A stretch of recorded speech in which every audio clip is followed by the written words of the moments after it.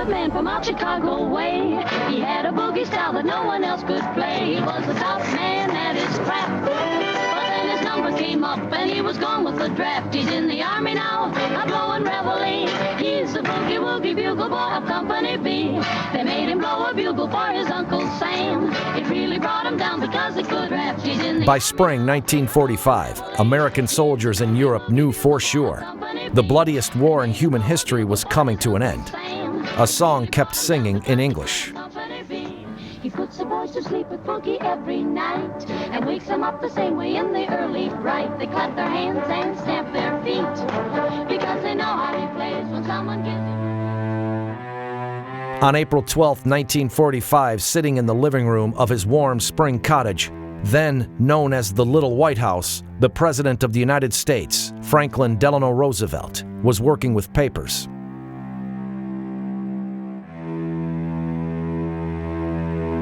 The American artist of Russian origin Elizabeth Shumatov was painting his portrait. She was trying not to bother him and only occasionally would ask him to lift his eyes.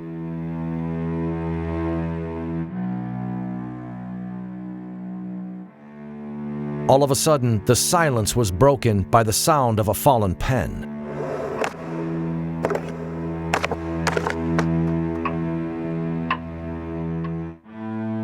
Elizabeth was terrified when she saw that Roosevelt closed his eyes and dropped his head on the desk.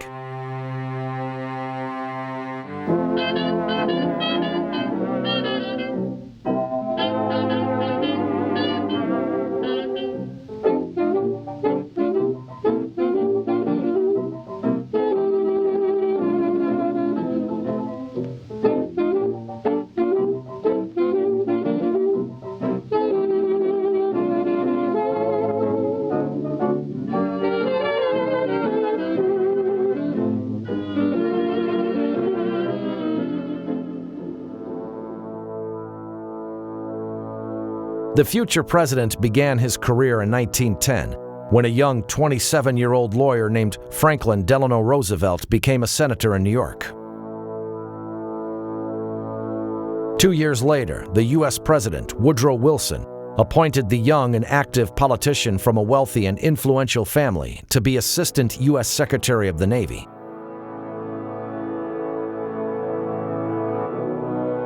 Roosevelt did not turn the president's hopes down and proved to be a gifted leader.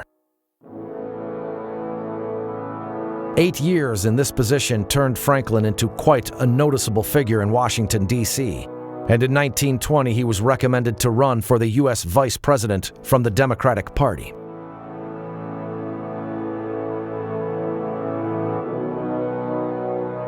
During his election campaign, Roosevelt delivered over 1,000 speeches and visited 32 states. His energy and eloquence and his personal charm won millions of votes.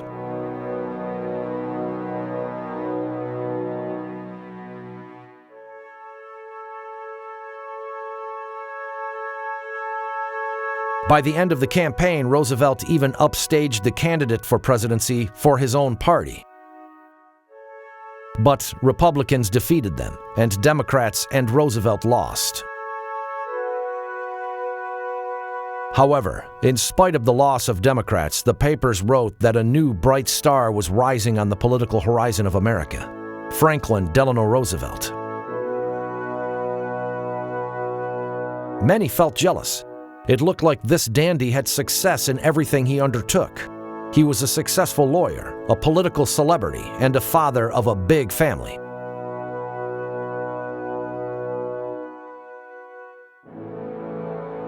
But a disaster happened that cardinally changed his life. In August 1921, during his vacation on the Campobello Island in Canada, he suddenly fell sick. Poliomyelitis, a dangerous viral disease. In its severe form, it might lead to disability and, at times, even death. Roosevelt had bad luck. A blooming, good-shaped, 38-year-old handsome man became a paralytic. First, he couldn't even move his fingers. Later, the sensibility of the muscles in his hands, abdomen, and back started gradually coming back, but the legs were still completely paralyzed. The sentence of the doctors was harsh: Franklin Roosevelt would never walk.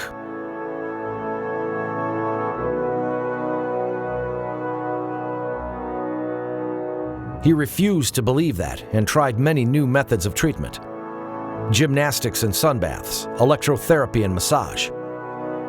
But nothing helped.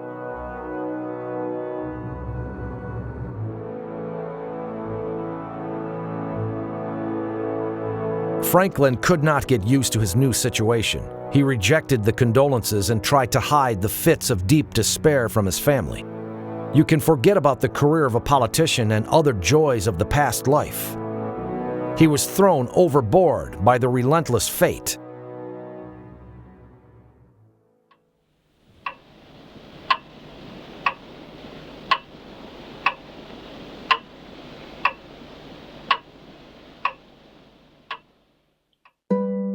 Roosevelt was rethinking and reevaluating all his life. He was thinking about his childhood, student years, his success as a lawyer. He had been gifted with an exceptional memory and imperishable self-confidence since his young years. His childhood was cloudless. Franklin was born to a wealthy family, and he could afford never thinking about money or a job. The Roosevelt family estate was his universe, and he was a little prince in it. Mountains and valleys, forests and fields, the pond and the ocean nearby, all belonged to him.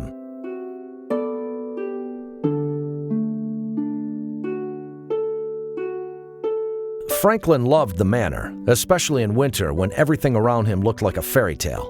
He could spend hours sledging down the Hyde Park hills. The child years passed by like a sledge down the hill, and adult life began.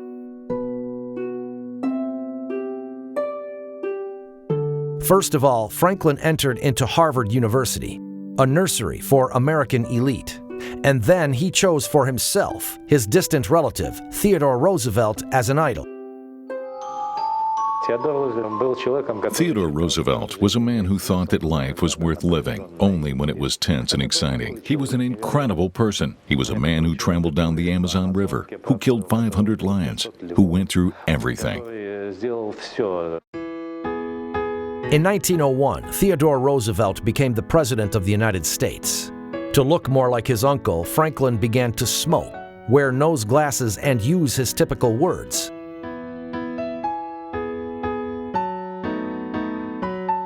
And he even fell in love with Theodore's niece, Eleanor, who he married in 1905.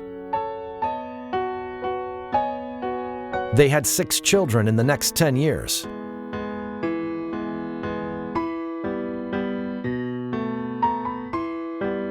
But it was Eleanor who took care of rearing the children, since the young, successful lawyer Roosevelt spent almost all of his time traveling.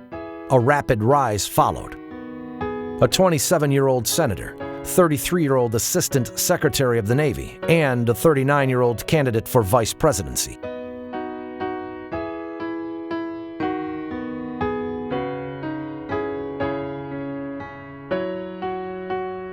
And here came the end. The illness and disability. For 3 long years, Roosevelt was fighting to get back to his habitual life. It seemed like his universe was contracting to the size of a bedroom. But in summer 1923, the spring was released. Roosevelt decided to live as if nothing had happened. He bought a boat, left his mother, wife, and children, and took off for a several-month-long trip down south with his friends. His life before 39 and after 39 were 2 different lives. Before the disaster, he lacked some personal depth. He lacked what is called compassion, understanding the drama of life. He became deeper. He became more interesting being a cripple.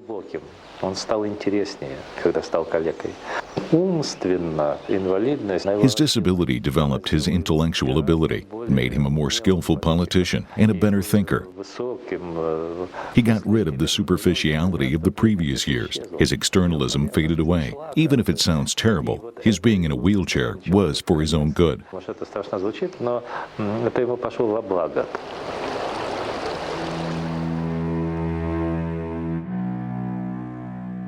While traveling, Roosevelt found out about Warm Spring, a small town in Georgia known for its healing mineral springs.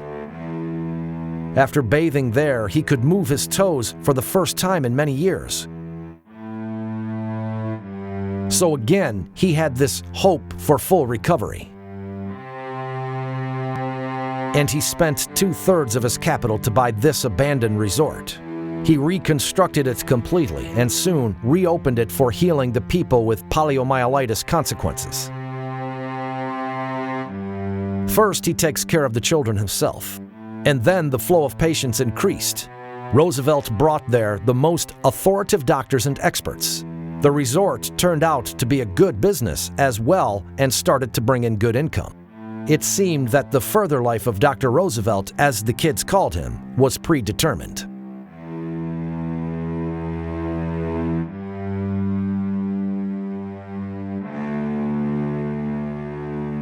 But in 1928, Roosevelt ran as a candidate for New York governor. Franklin Roosevelt recovered. This is how the papers commented on the situation.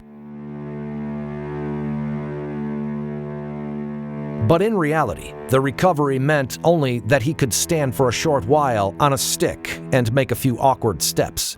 And that was possible due to prostheses' invisible underpants. Многие историки пишут, что был даже некий сговор, направленный... Many historians wrote that there was even a conspiracy aimed to conceal from Americans Roosevelt's disability. In reality, it was a well-known fact that Roosevelt had problems with his health. At least in 1928, his health was the Achilles heel of his election campaign for the position of governor of New York. To prove that he was healthy enough, he made a tour around the whole state, and at the end of every speech, he would always ask, "So what? Do I look like a sick person?" Surely the crowd excited by his speech would shout no. Естественно, кричала «нет». Благодаря плаванию и Due to swimming and continuous training, Roosevelt had a very well-developed upper part of his body, and the people from his team would nail down every pulpit where he delivered his speeches. If you watch the archive video, you will see how strongly he gripped the pulpits while speaking. But in spite of all of this, his speeches were lively, exciting, and very expressive. He wished America saw him as a strong man of action, and he reached this goal. И у него это получилось. But still, his serious disability made his everyday life a torture, and participation in political events was even harder. For the rest of his life, he would have to literally think over each step. How to get out of the car so that not too many people could see it. How to get to the pulpit to give a speech. Where to stand. What to lean on, whose arm to rest on when giving public speeches. But despite everything, Roosevelt won. The crippled man became the governor of the most important state of America and stayed there for 2 terms.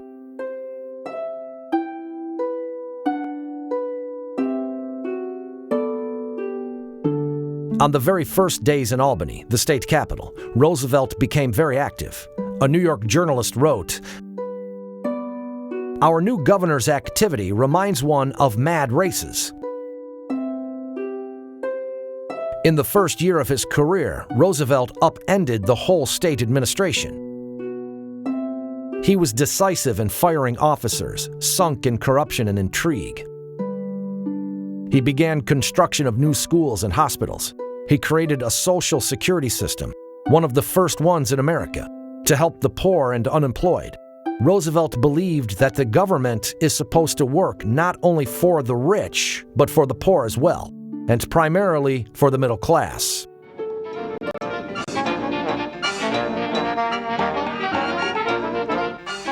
Roaring 20s, we call it. The 1920s, or as they were called in America, Roaring Twenties, are a very interesting period of the United States development. But the first impressions from the 20s are mostly deceptive. Yes, for sure, America had an economic boom that consisted of fantastic economic growth. However, this distribution of benefits and wealth was absolutely unfair, improper, and wild. A thin layer of wealthy people had everything, but the government was doing absolutely nothing to create a middle class that supports the whole society and economy. It was all going to a breakdown.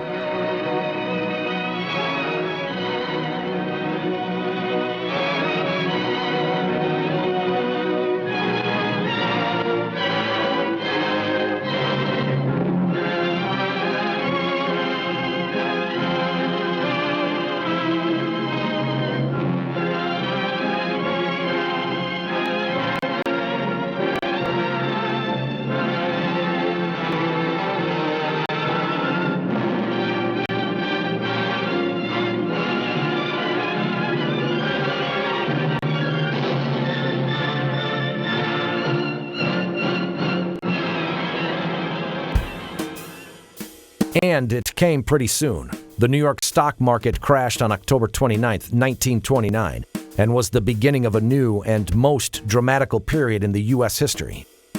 American economy that had been growing incredibly fast over 10 years collapsed. Every liner going out of the port meant minus $1 billion. Money was being taken out of the country. The country was on the edge of a disaster, social, economic, moral, and spiritual, in every respect.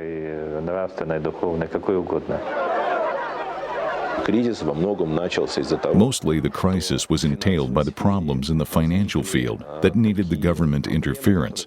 Many soap bubbles were appearing. Financial pyramids were developing. Unsecured shares were being sold. And as a result, the financial market crashed.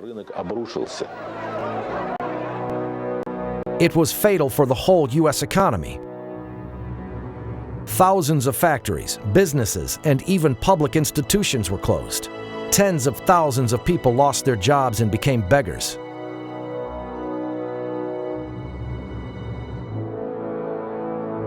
The situation of those who still had a job was not much better. Salaries were not paid for months, even to public officers. In order to survive and feed their families, many scientists and intellectuals became street traders.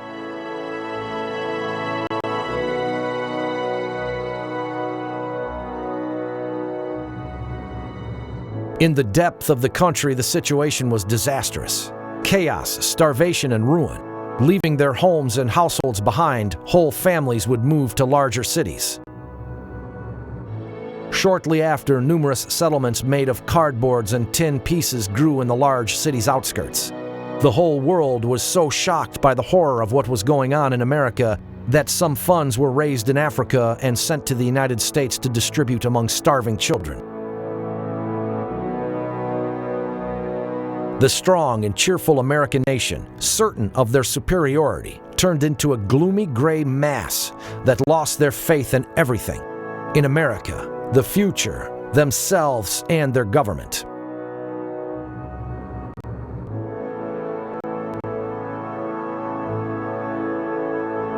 And President Hoover still believed that the government should not interfere in the free economy and that the people themselves were to solve their economic problems.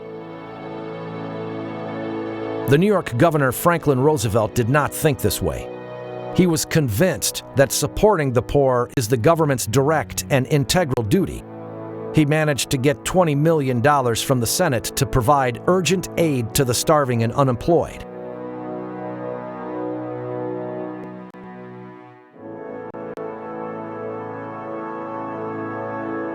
In the meanwhile, the crisis in the country reached its peak and was called the Great Depression.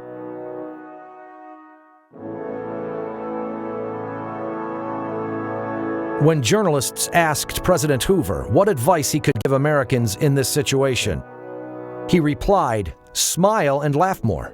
But just in case, he commanded the army to be up in arms to suppress the national insurrection that, as he believed, was soon to happen. In 1932, Franklin Delano Roosevelt was nominated a candidate for the U.S. presidency from the Democratic Party. He traveled around the country. While running for presidency, Roosevelt traveled through the whole country. He delivered hundreds of speeches. He promised to Americans the new course and changes that would lead to the rehabilitation of the capitalist system. He never made it clear in what ways he was going to save the country. He didn't know himself. Those times, Roosevelt's advisors were giving him lots of ideas on how to get the economy and society out of the bog, how to help the farmers and impoverished Americans, and how to eliminate unemployment, how to help industry out. Roosevelt did not know what options he would choose, but he clearly saw the main goal, the country's revival.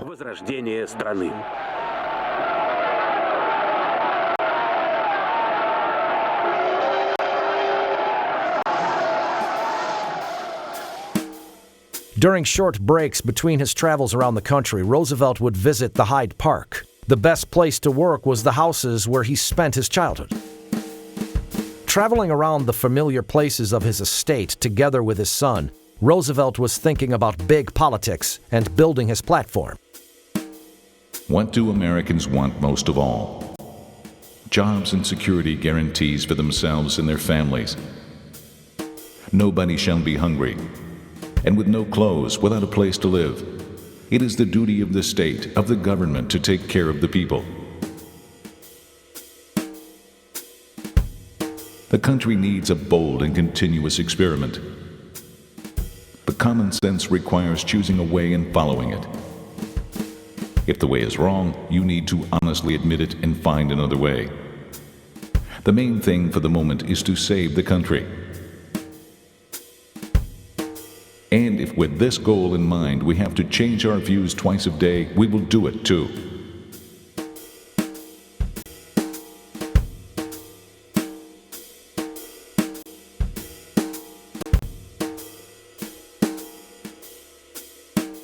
In the meanwhile, the situation in the country was getting worse and worse.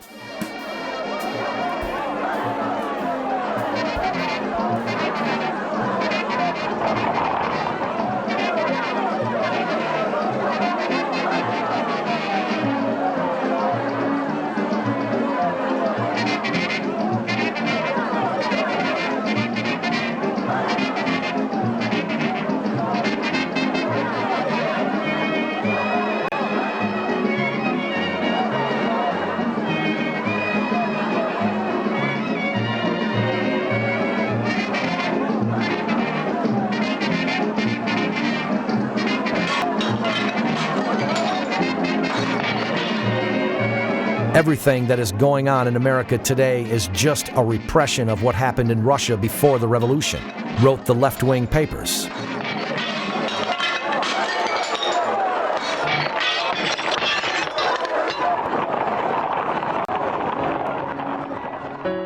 The capitalist system was dead, and everybody knew it. And all the roads led to communism. The Soviet people had achieved many things, and they were happy then. Everybody had the right for a job and for rest in the USSR.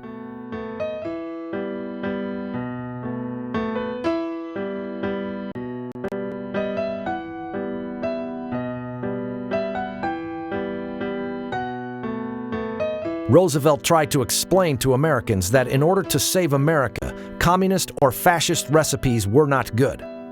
American capitalism had to lower its appetites and agree that the government had to interfere. New jobs needed to be created, loans had to be given to the poor, and funds needed to be assigned for federal Social Security programs. The country was listening to this candidate for presidency with great attention.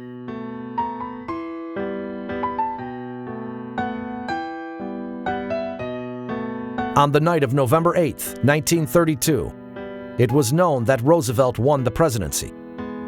America did believe in the new course.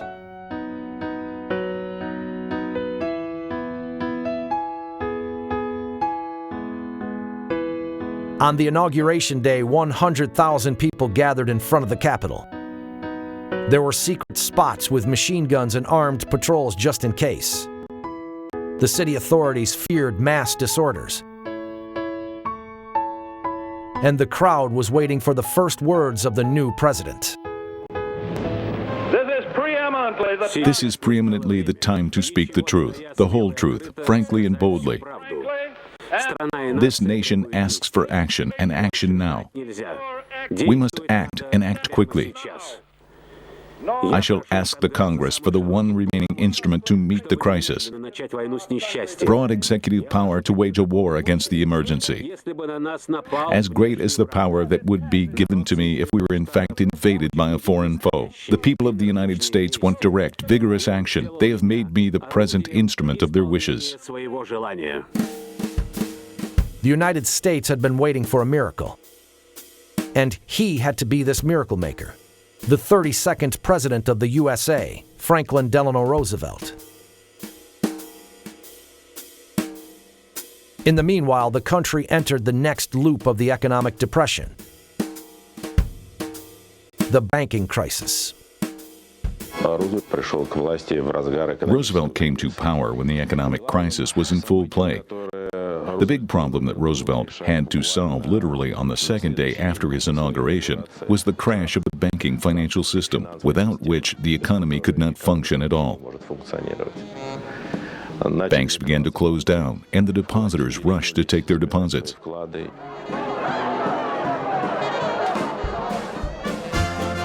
The few unclosed banks were taken by storm. 11,000 banks around the country had already been closed, and the new U.S. president issued his first decree. He closed the other banks in the country. He had to stop the money flow out. But Roosevelt understood that he had to clearly explain all of his actions to Americans. Otherwise, he would not gain their support, and all of his good undertakings would just crash.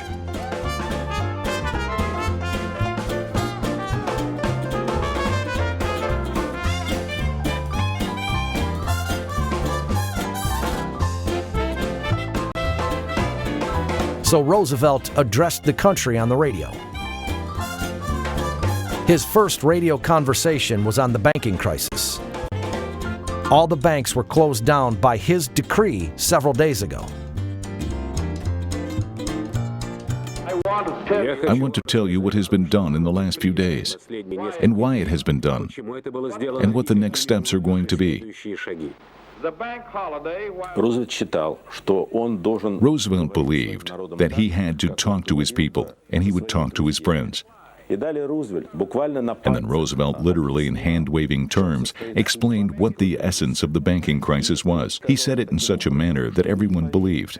They believed in the seriousness of the government's intentions. They believed that government would protect their interest. Last time, you people must have faith. You people must have faith. You must not be stampeded by rumors or guesses. Let us unite in banishing fear. We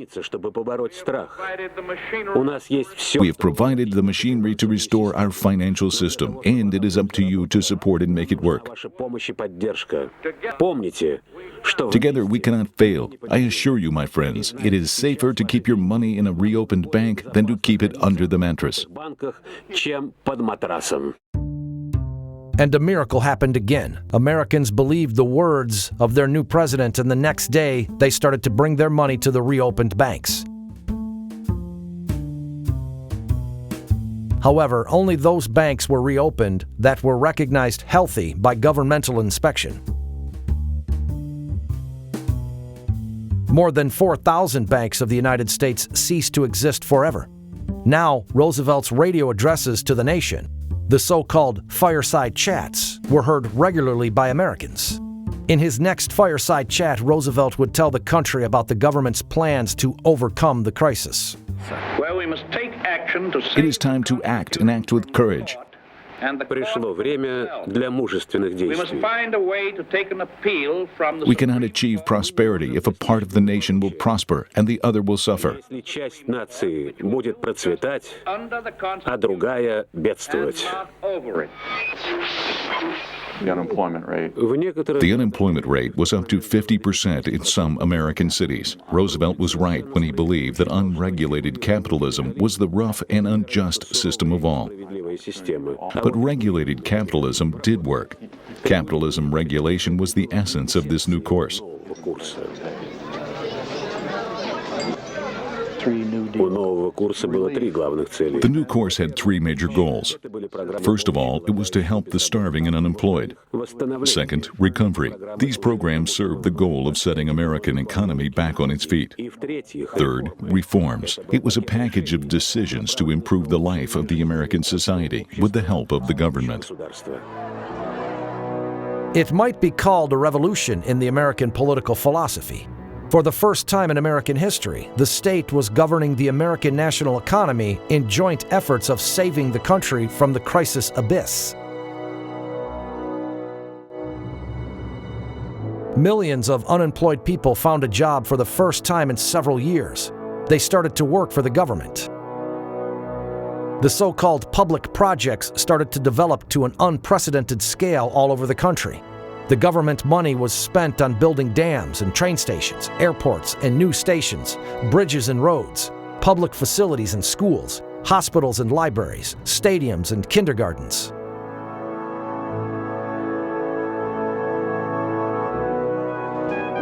The system of public works created over a third of the available highways. The president didn't care for a balanced budget anymore. Inflation did not scare him. Unemployment was much worse than inflation. When a man, a father of a family, did not bring home a penny, such a country might face demoralization.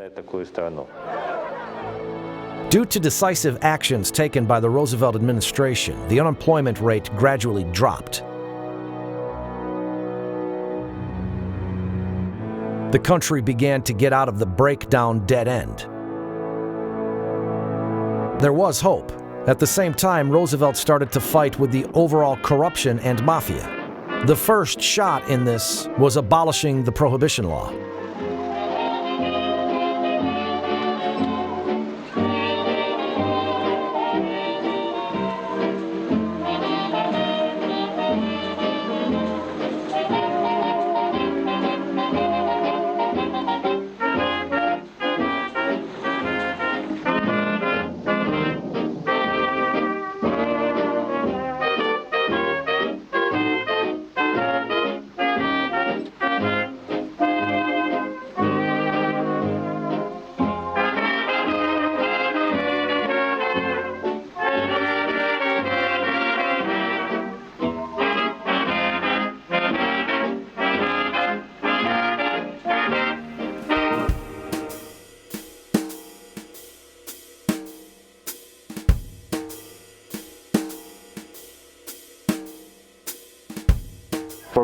For many years, there had been politicians and activists in the United States who believed that if people quit drinking, all social problems would disappear.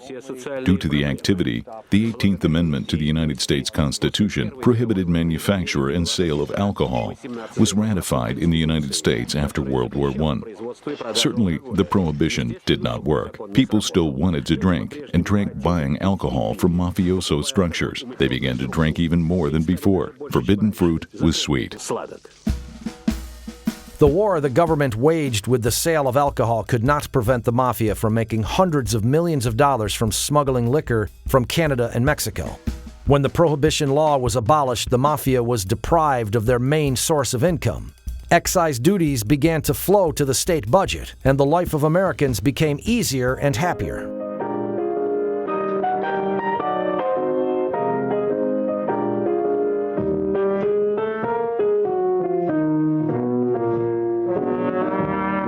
To talk with all by myself, no one to walk with, but I'm happy on the shelf. A countrywide shoot-off of gangsters who almost openly governed the life of American cities began at the same time. But the war with the mafia was waged not only by methods of force. Roosevelt succeeded in carrying through the laws about criminal responsibility for extortion, racket for giving and taking bribes. Roosevelt could see the whole picture. The main point was a criminogenic situation when adult men cannot earn money. Unemployment is the source of criminalization and demoralization. Roosevelt believed that it was better for a man to plant trees, produce things for everyday life, than let him go idle and demoralize himself, his children, his family, and so on. The system of support for the poor, all kinds of public works, were directly fighting crime. The government passed decrees and laws to recover the industry and agriculture, to take emergency measures on railroads, in bank insurance, to help the young people, to guarantee the rights of employees and trade unions. Absolute majority of Americans supported their government, and that made Roosevelt feel confident about the chosen course. So he was determined to go on with the reforms. Wealthy people. It was that time when American tycoons were seriously concerned. They believed that first, the government poked the nose too deeply into their business, and secondly, the government now had real power. Одни стали называть Рузвельта. Some called Roosevelt a dictator. Others rebuked him for trying to turn America into a socialist country.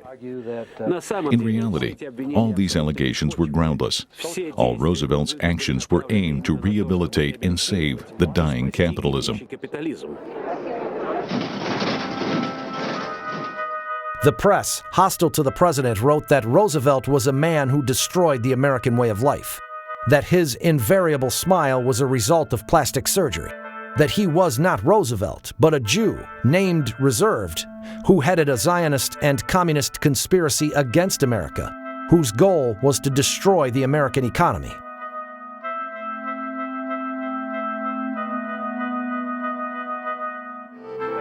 Roosevelt took criticism very well.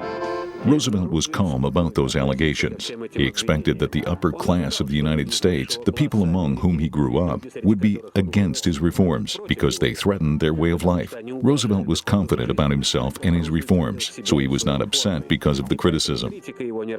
He was one of the few American presidents who easily bore the burden of all of his responsibilities and hardships of the supreme power.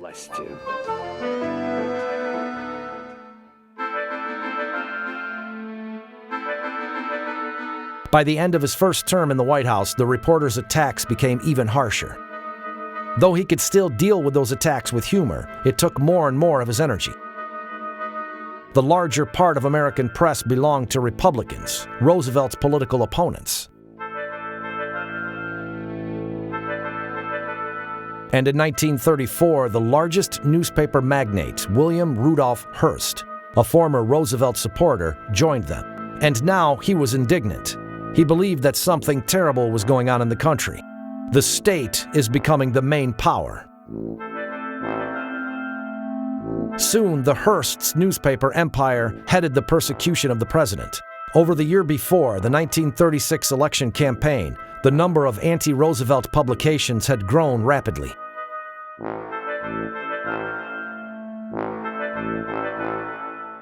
The newspapers all over the country called on to vote for the Republican candidate, being silent or slandering Roosevelt's achievements. Chicago Tribune, for instance, would daily indicate on the first page how many days was left till the election, and, as they wrote, until the country is liberated from Roosevelt's dictatorship. Almost all American oligarchs ganged up on the president. They held numerous advertised meetings all over the country.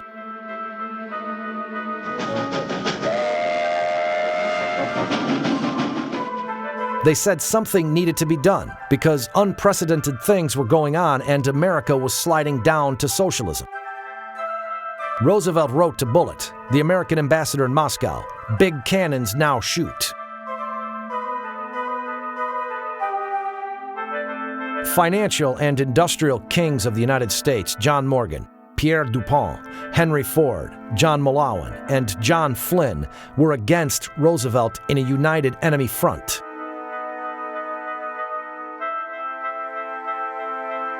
An example of his terrible actions was, as they believed, what was going on at Capitol Hill. Before Roosevelt came to power, the Congress was governed by several dozen of the richest Americans. Sponsored senators and congressmen were quick and obedient in passing right laws and amendments, in giving financial support to right companies and promoting right people to right positions. When Franklin Roosevelt came to power, the strong ties between the tycoons and legislators began to sever. The whole situation was incredible.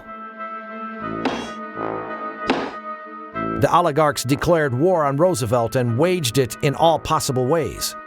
They barred him access to the money that was needed for a successful second election campaign. In 1932, 25% of the funds Roosevelt spent for the election came from bankers. This time, it was only 4%.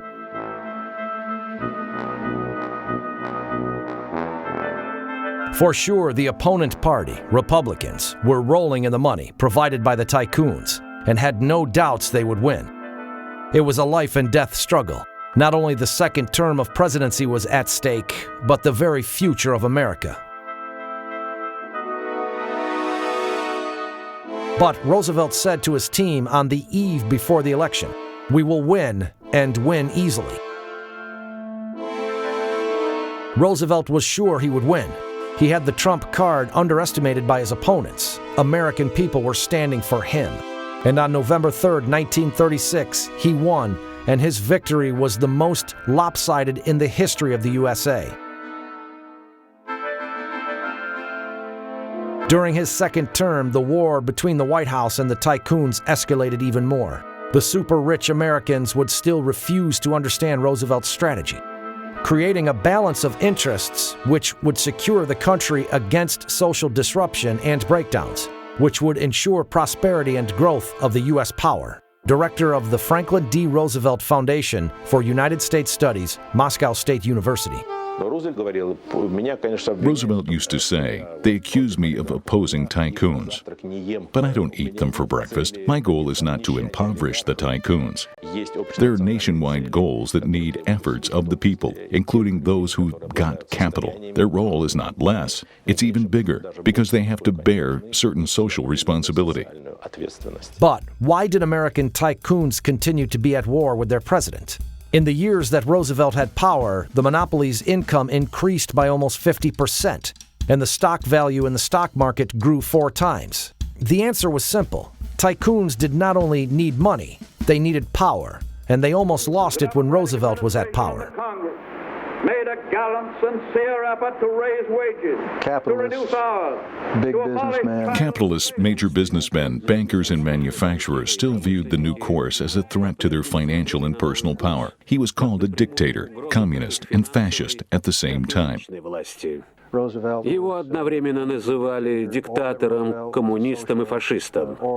А народ Америки... And the American people thought Roosevelt to be the savior of the American nation. Even though the new course could not completely overcome the Great Depression, America could still see changes and feel the real help from their government. Реальную помощь от своего государства.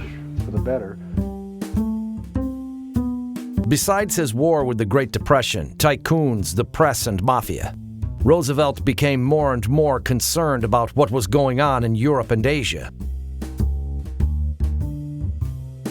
Though many of his compatriots believed that America should not be concerned about what was going on beyond its borders.